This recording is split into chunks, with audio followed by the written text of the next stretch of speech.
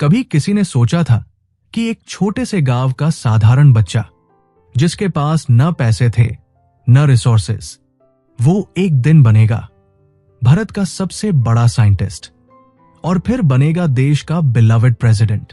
Yes, ये कहानी है डॉक्टर अबुल फकीर जैनुलाब्दीन अब्दुल कलाम की। दुनिया उन्हें जानती है मिसाइल मैन ऑफ इंडिया और पीपल्स प्रेसिडेंट के नाम से। उनका जीवन सिर्फ एक बायोग्राफी नहीं है, बल्कि ये प्रूफ है कि सपने देखना जरूरी है, मेहनत करना जरूरी है और कभी हार नहीं माननी चाहिए। आज हम कलाम जी की पूरी जर्नी जानेंगे, उनके बचपन के स्ट्रगल से लेकर इसरो और DRDO की सक्सेस तक, पोखरण न्यूक्लियर टेस्ट से लेकर राष्ट्रपति भवन तक और फिर उनकी इंस्पायरिंग लेगेसी तक। चैप्टर 1 चाइल्डहुड इन रामेश्वरम। 15 अक्टूबर 1931 तमिलनाडु के छोटे से कोस्टल टाउन रामेश्वरम में कलाम जी का जन्म हुआ। उनके पिता जैनुलाब्दीन एक बोट ओनर थे। वो फेरी चलाते थे जिससे लोग मंदिर और मेन लैंड तक जाते थे। उनकी मां आशिया एक सिंपल हाउसवाइफ थी जो नेबरहुड के लोगों को भी खाना खिलाती थी। कलाम जी 5 भाई बहनों में सबसे छोटे थे। घर बहुत बड़ा नहीं था, मिट्टी का फर्श, लकड़ी की छत और आसपास समुद्र की हवा।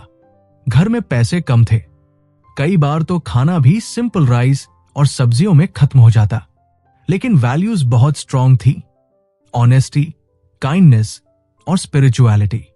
छोटी उम्र में ही कलाम जी ने काम करना शुरू कर दिया। सुबह 4 बजे उठकर वो अखबार डिस्ट्रीब्यूट करते और फिर स्कूल जाते। कभी कभी स्लीपर्स भी नहीं होते थे, बैफुट ही चलना पड़ता। क्लासरूम में वो बैक बेंचर थे, लेकिन उनकी क्यूरियोसिटी बहुत थी। मैथमेटिक्स और साइंस उनके फेवरेट सब्जेक्ट्स थे। उनके टीचर शिवा सुब्रमण्या अय्यर ने एक दिन उन्हें सी शोर पर ले जाकर बर्ड्स की फ्लाइट समझाई। उन्होंने कहा, देखो कलाम यही है एरोडायनामिक्स। अगर तुम इसे समझोगे तो एक दिन आसमान भी तुम्हारा होगा। यही से कलाम का सपना शुरू हुआ। One day I will fly in the sky. मां और बहनें अक्सर गहने बेच देती ताकि कलाम अपनी फीस भर सके। ये सैक्रिफाइस कलाम के लिए मोटिवेशन बन गया। Lessons from his childhood. Poverty can't stop dreams. Family support is the strongest pillar. Chapter 2 Educations and Struggles. High school complete करने के बाद कलाम जी ने एडमिशन लिया सेंट जोसेफ्स कॉलेज तिरुचिरापल्ली में। सब्जेक्ट फिजिक्स, लेकिन उनका मन सिर्फ फिजिक्स तक लिमिटेड नहीं था। उनकी आइज हमेशा एयरप्लेन्स और स्काई में रहती। उन्होंने 1954 में फिजिक्स में ग्रेजुएशन किया, लेकिन सून एज रियलाइज किया कि उनका पैशन फिजिक्स में नहीं बल्कि एरोनॉटिक्स में है। इसलिए उन्होंने एडमिशन लिया Madras institute of technology MIT में एरोस्पेस इंजीनियरिंग। MIT में एक इंसिडेंट ने उनकी लाइफ बदल दी। उनका प्रोजेक्ट मॉडल डिले हो गया था। प्रोफेसर ने warning the, Kalam, if you cannot finish this you will lose your scholarship.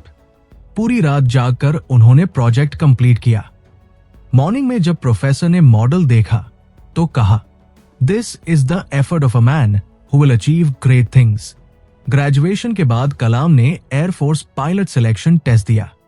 वो 9th पोजीशन पर आए और सिलेक्शन सिर्फ 8 कैंडिडेट्स का था। उनका सपना टूट गया। कलाम डिप्रेस्ड हो गए, लेकिन एक स्पिरिचुअल मेंटोर ने उन्हें समझाया, कलाम, You are not made to fly planes. You are made to make India fly. ये बात कलाम के दिल में उतर गई।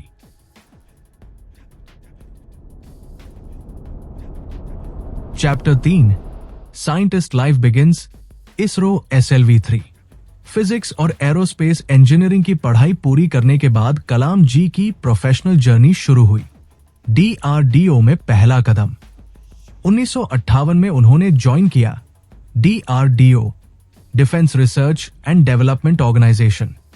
यहां उनका पहला असाइनमेंट था एक स्मॉल हेलीकॉप्टर डिजाइन प्रोजेक्ट। लेकिन कलाम जी को सेटिस्फैक्शन नहीं मिला। वो कहते थे, here I am only fixing machines, not touching the sky.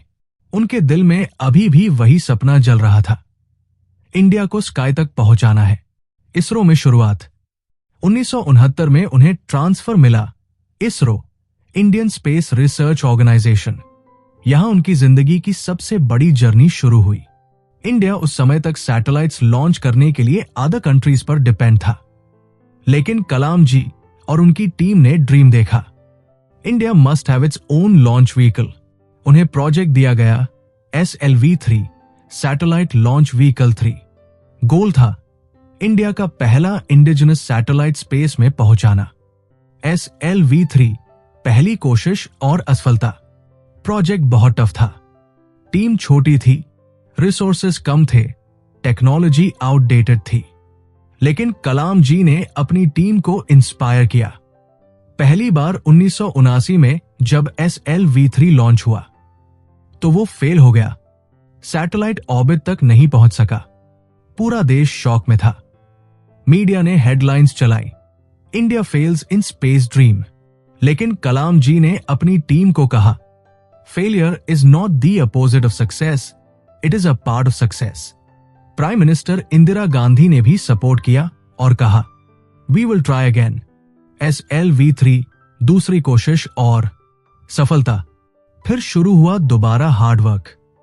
Day and night scientists काम करते रहे, कई बार तो लैब में ही सोना पड़ता था। और आखिरकार 18 जुलाई 1980 को SLV-3 ने सक्सेसफुली रोहिणी सैटेलाइट को अर्थ ऑर्बिट में पहुंचाया। ये इंडिया की स्पेस हिस्ट्री का गोल्डन मोमेंट था। पूरा देश खुशी से झूम उठा। कलाम जी कहते हैं, that day I felt I had truly touched the sky. ISRO के और प्रोजेक्ट्स। SLV-3 की सक्सेस के बाद कलाम जी कई और प्रोजेक्ट से जुड़े। Satellite launch vehicles development, space communication systems और यंग साइंटिस्ट्स को ट्रेनिंग। उन्होंने हमेशा कहा, a leader should not just give credit for success, but also take responsibility for failure. जब प्रोजेक्ट फेल हुआ, उन्होंने खुद रिस्पॉन्सिबिलिटी ली। जब सक्सेस मिला, उन्होंने क्रेडिट अपनी टीम को दिया। Lessons from ISRO journey. Teamwork is everything. Failures are stepping stones to success. Big dreams need bigger patience. कलाम जी अब सिर्फ एक साइंटिस्ट नहीं, बल्कि इंडिया स्पेस हीरो बन चुके थे। लेकिन उनकी जर्नी यही खत्म नहीं हुई थी। अब उन्हें मिलने वाला था एक नया नाम, missile man of India. Chapter 4, missile man of India.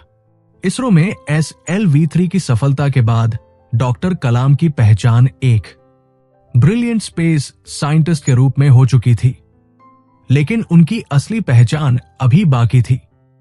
Year 1982 में डॉक्टर कलाम वापस लौटे DRDO, defence research and development organisation.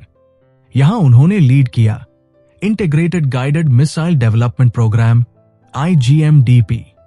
उस समय इंडिया के पास अपनी एडवांस्ड मिसाइल टेक्नोलॉजी नहीं थी, दूसरे देशों पर डिपेंडेंस था। गवर्नमेंट ने डिसाइड किया कि इंडिया को सेल्फ रिलायंट बनना है और इस मिशन की जिम्मेदारी दी गई डॉक्टर APJ अब्दुल कलाम को। IGMDP, a bold dream. IGMDP का गोल था एक साथ 5 मॉडर्न मिसाइल्स डेवलप करना। यह सुनकर कई लोग शॉक थे, क्योंकि इंडिया के पास न रिसोर्सेस थे, न टेक्नोलॉजी, न ही ज्यादा फंडिंग। लेकिन कलाम जी ने कहा, if we dare to dream, India will dare to achieve. फिर उसके बाद एक सी एक मिसाइल लॉन्च हुआ, Prithvi missile, short range surface to surface missile, Agni missile, long range ballistic missile, Akash surface to air missile, Trishul short range quick reaction missile, Nag anti tank missile. इन projects ने India को एक नई ताकत दी, टीम वर्क और लीडरशिप। डॉक्टर कलाम की सबसे बड़ी क्वालिटी थी उनका लीडरशिप स्टाइल। जब कोई टेस्ट फेल होता तो वो कहते, failure is mine, success is yours. और जब सक्सेस मिलती तो पूरा क्रेडिट अपनी टीम को देते। वे अपनी टीम के साथ ग्राउंड पर बैठते, लंच शेयर करते और हर साइंटिस्ट से पर्सनली बात करते। उनका मानना था, a leader should see success in his team smile. Media का नाम मिसाइल मैन। जब 1980S और 1990S में इंडिया ने लगातार मिसाइल टेस्ट्स किए, तो न्यूज़पेपर्स ने कलाम जी को नाम दिया मिसाइल मैन ऑफ इंडिया। ये नाम सिर्फ उनके प्रोजेक्ट्स के लिए नहीं था, बल्कि उनके डिटर्मिनेशन और विजन के लिए भी था। Challenges, criticism. हर प्रोजेक्ट आसान नहीं था। कई बार फंडिंग की कमी हुई, टेक्नोलॉजी फेल हुई, ऑपोजिशन पार्टीज और कुछ साइंटिस्ट्स ने क्रिटिसाइज भी किया, why waste so much money on missiles. लेकिन कलाम जी कामली कहते, strength respect strength. If India is strong, the world will respect us. Kalam ji की विजन, उनका मानना था, military power plus technology power national security. Science का गोल सिर्फ वेपन्स नहीं होना चाहिए, बल्कि नेशनल ग्रोथ भी। इसलिए उन्होंने हमेशा कहा, technology is a tool, it depends on us whether we use it for war और for peace. Lessons from IGMDP। बड़े सपने देखो, भले ही रिसोर्सेस छोटे हों। लीडर वही है जो फेलियर एक्सेप्ट करे और सक्सेस शेयर करे। नेशनल सिक्योरिटी के लिए सेल्फ रिलायंस जरूरी है। कलाम जी अब सिर्फ साइंटिस्ट नहीं रहे, वो बन चुके थे इंडिया सिक्योरिटी आर्किटेक्ट। लेकिन उनकी जर्नी अभी और बड़ी होने वाली थी, क्योंकि अब उन्हें हैंडल करना था इंडिया का सबसे सीक्रेट और historic operation, Pokhran nuclear tests.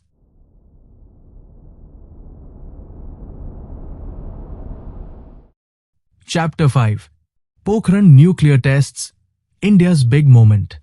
धूप से तपता हुआ रेगिस्तान, चारों तरफ सिर्फ रेत और चुप्पी। लेकिन इस चुप्पी के नीचे दबी थी इंडिया की सबसे बड़ी सीक्रेट ऑपरेशन की कहानी। और इस कहानी के मास्टरमाइंड थे डॉक्टर APJ अब्दुल कलाम। एक 990S का इंडिया, दुनिया की नजरों में कमजोर। पाकिस्तान और चाइना लगातार न्यूक्लियर पावर दिखा रहे थे। अमेरिका और बाकी देशों का दबाव था, India must not test nuclear weapons. लेकिन प्राइम मिनिस्टर अटल बिहारी वाजपेयी ने एक फैसला लिया, India must show the world that we are strong, we will conduct nuclear tests. और इस मिशन की जिम्मेदारी दी गई डॉक्टर APJ अब्दुल कलाम और doctor R Chidambaram, atomic energy commission chief को। ऑपरेशन शक्ति, the secret plan. Code name था ऑपरेशन शक्ति। मिशन, पोखरण के डेजर्ट में अंडरग्राउंड न्यूक्लियर टेस्ट्स करना। लेकिन प्रॉब्लम यह थी, अमेरिका का सैटेलाइट लगातार इंडिया पर नजर रखता था। स्लाइटेस्ट मूवमेंट डिटेक्ट हो सकता था। अगर पता चल जाता तो टेस्ट रोक दिए जाते। इसलिए यह ऑपरेशन करना था कंप्लीट सीक्रेसी में।